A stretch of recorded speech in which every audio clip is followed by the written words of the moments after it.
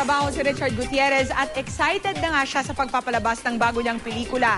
At dahil malapit na ang birthday ni Chard, ano kaya ang birthday wish niya?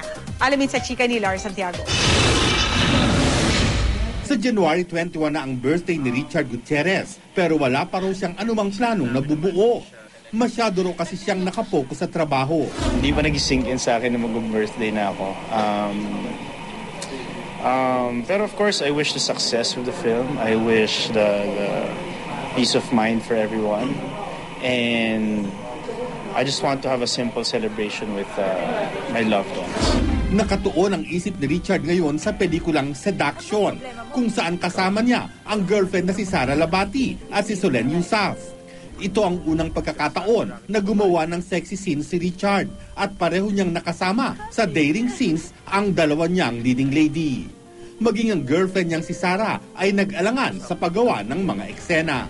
So may kaba, may excitement. Hindi ako komportable ng ganun. Hindi ako komportable, but I was willing. Lars Santiago, updated sa Showbiz Happening.